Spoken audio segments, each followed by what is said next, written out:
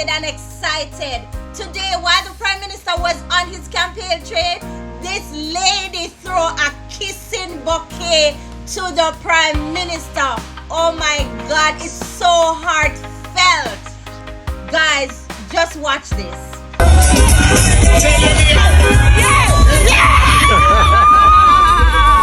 This is lovely. Oh my. This is a globe bouquet. Globe bouquet. Lovely, lovely, lovely. My God. The Prime Minister even mentioned on his page where he posted it that he would like to know this lady's name, to thank her personally. He even said how much his people love him and it warms his heart. And you know, we love you so much, Mr. Prime Minister, because we know that you love us genuinely because of the work that you have put in and you have done for our country and our nation. We love you. One love. What time it is? 1 p.m.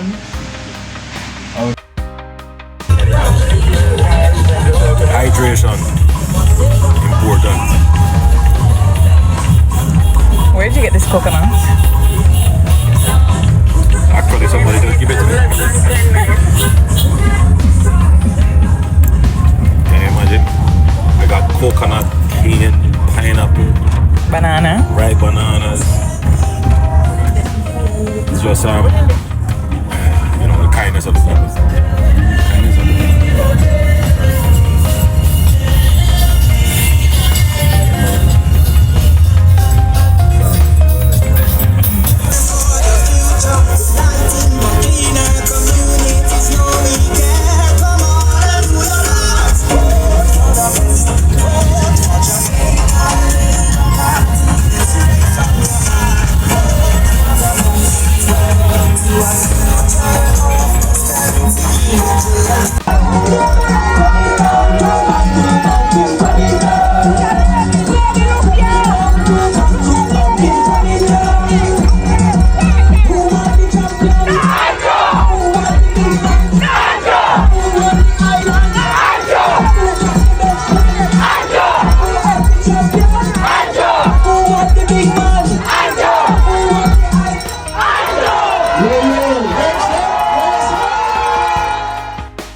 It was my beautiful wife, guys, you know. Yes, she was touched when the nice lady showed that bouquet of flowers to the Prime Minister as a beautiful, wonderful gesture. So she decided to just take the video and start to record and say, God no. She feels so overwhelmed with emotion to know that we have such a beautiful Prime Minister, a beautiful human being. And I realized at one point, I was like, damn. Just like many other great persons that live, nobody will see their value until they are gone. But this time I am wrong. I have seen several instances where the Prime Minister is on tour and you can see the appreciation and the love that people are showing him based on the hard work that he's putting in to make our country better, safer, and more economically savvy. And for that, hats off to you, Mr. Holness. You deserve all the flowers. You deserve these flowers and so much more. So continue to rule with integrity. Continue to rule with the ambition to make Jamaica better for our future. Yes, all the kids, them, Brother Andrew, where you see, I come to you just because they believe in you. Them love you, them have faith in you that you can create a pathway for them so them can succeed in life, which you are doing perfectly, Brother Holness. So continue on your path. God bless. Now, after the Prime Minister went to South Manchester, you know, with him, Ian Ives' place, I saw a video with Peter Bunting and keep a little session, you know, turn on camera, and a man make a blatant mistake. Confused they are. And probably they are not. Probably are true. Probably the election on September 4th. Watch this, Jamaica. So easy. Alright, coverage. It is only good that the candidate and next Member of Parliament for South Manchester come July 4th. No, 3rd. Now, bunting, stunting bunting, Kyle tick like dumpling. Yes, sometime, rumination is not all. Sometimes persons really want a change for once. Sometimes people want to live civil and don't want a plate of food, and a $5,000 or $10,000 way. Can just fill them off an instant, and the longevity of it is that there's no representation to voice their plight or to help them in developing their communities, Mr. Bunting.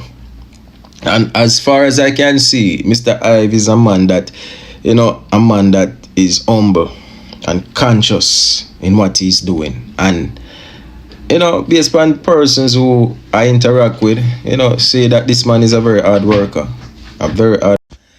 So the people them of South Manchester, listen up. Me know you know me. This is my voice and this is my plight. At no point in time we should allow Mr.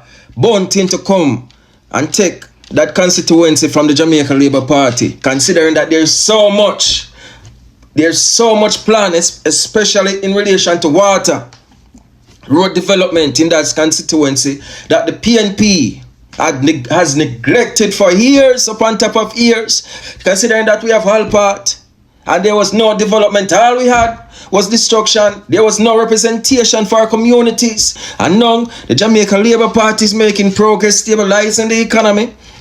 And now in their plight to fix the local economy in constituencies, do not by no chance make Mr. Bunting get his hand on South Manchester. You saw what he did to Central Manchester, to the point they have to run him out.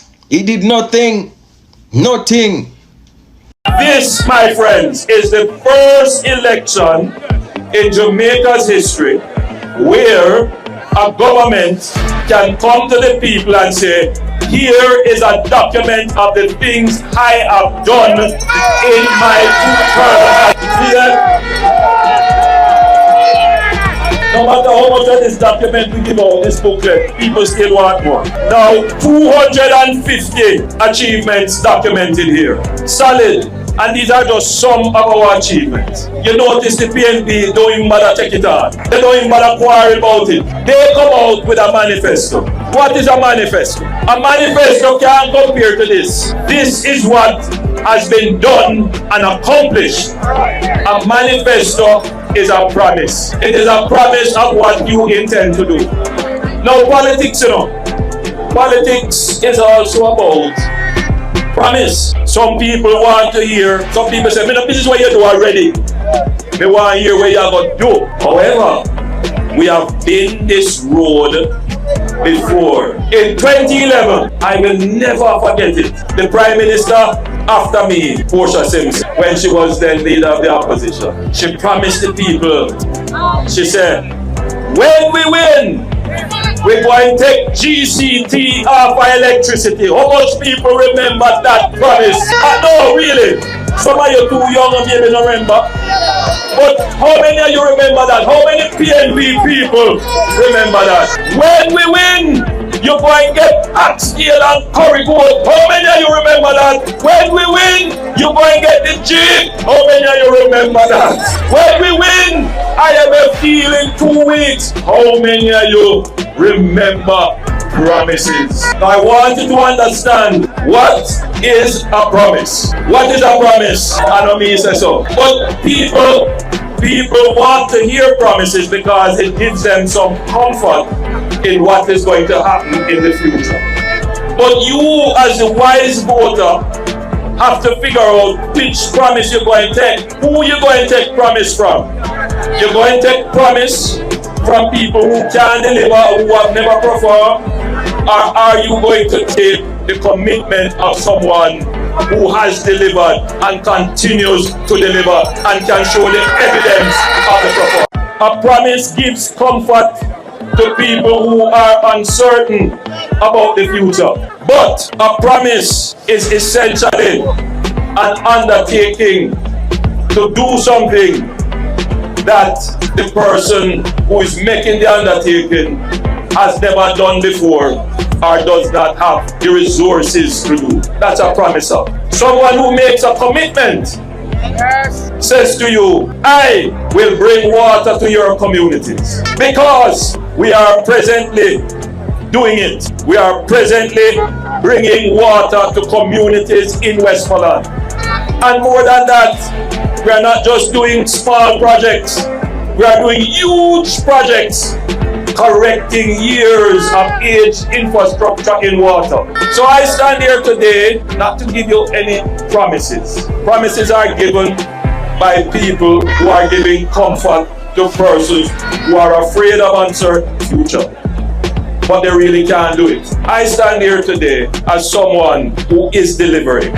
The Northwestern Water Supply Project is a multi-billion-dollar water supply project that is bringing water from Trelawney through to St. James, even into Hanover, and will have an impact as far as Westmorland. And I wanted you to have a sense of where we are with the big water projects that will bring water to your homes.